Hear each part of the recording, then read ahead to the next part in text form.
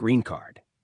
If he remains outside the United States for too long, especially while staying in the Philippines, that green card could run into serious problems.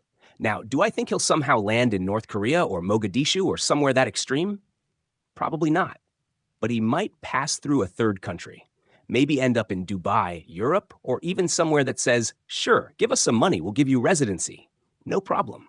And let's be honest, there are plenty of countries offering residency for a price. Now, here's where it gets wild. His mother apparently got scammed trying to cover his legal fees. We've got some major updates on Vitali Zdorovetskiy, and this time it's not just the usual headlines. You could call it intriguing.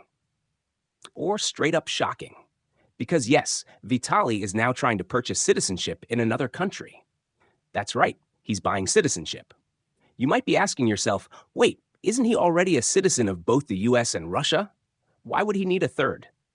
Well, it's because, yes, you heard right, he's desperate to leave the Philippines. That's the driving force behind this decision. And as many of you already know, both the US and Russia have turned their backs on him, even pressuring the Philippines to penalize him harshly, just to make an example out of him. Now, we're also hearing that the Philippines plans to deport Vitali, but only after he faces minor consequences. Yes, minor consequences. Because let's be real, he's not going to do 20 or 29 years behind bars, no matter what rumors say. Commentators like Legal Mindset have pointed out, he'll serve whatever sentence is handed down, which could take a year or two to even happen. And once that's done, he'll have to go somewhere. But with both Russia and the US rejecting him, that leaves Vitali and his parents scrambling to figure out where he can be deported to. They've got to solve that problem now. Reports suggest he started investing in real estate abroad, purely to gain a path to citizenship. And that's not all. There are rumors swirling that Vitali's mom recently fell victim to a crypto scam. Yes, you heard that right. She's been sending crypto in an attempt to get him out, likely because crypto transactions are untraceable. Governments can't track it. No oversight. So she's been using crypto to handle deals quietly, but it backfired. Apparently, she sent money to someone posing as a lawyer, and, unsurprisingly, it turned out to be a total scam. It's heartbreaking. She's from a generation that often gets duped by things like this. And honestly, I feel bad for Vitali's family. They didn't ask for any of this. He dragged them into this mess. At this point, I agree with Atosi. Vitali's doing everything he can to get out of the Philippines, and his mom is right there trying to help. It's a dangerous spot for them. Because like they say, when trouble comes, it comes from every direction.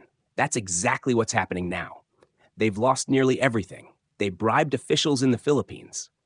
They even tried intimidating the victim. And now, they're broke.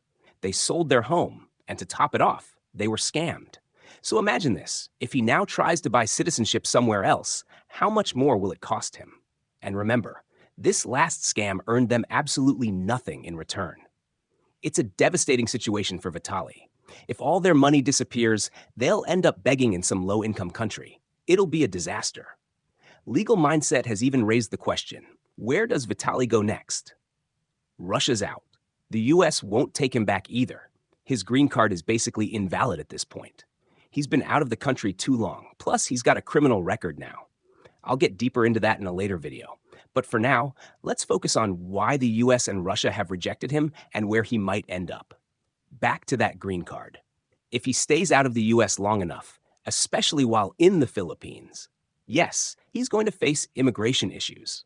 He might need to go through a whole recertification process, or sit down with embassy officials to try and clean things up. But chances are, it won't be so simple. His arrest and ongoing detention in the Philippines have complicated everything. Both the US and Russian embassies are fully aware of who Vitali is. They've commented publicly, basically saying, we're not helping him. Don't expect special treatment. According to Legal Mindset, his green card is likely gone. If you know anything about US immigration, you know you can't stay out of the country too long without permission. Vitali already lost 6 months sitting in a jail cell, and he might be there another year.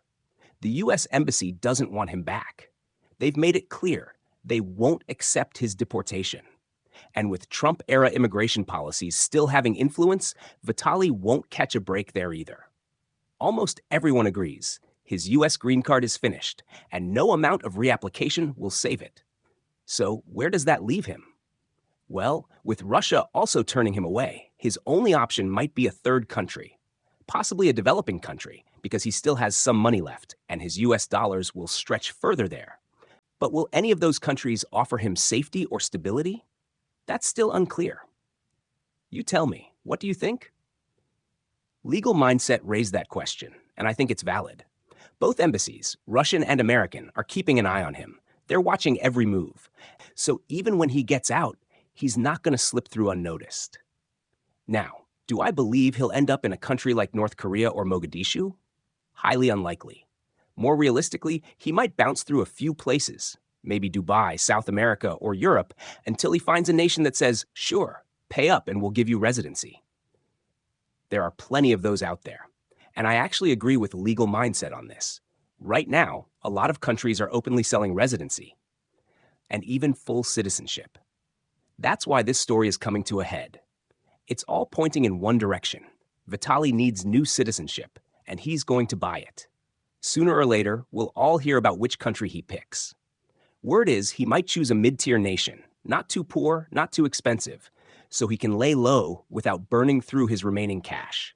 Big nations would cost too much and bring too much attention. A medium-tier country makes more sense.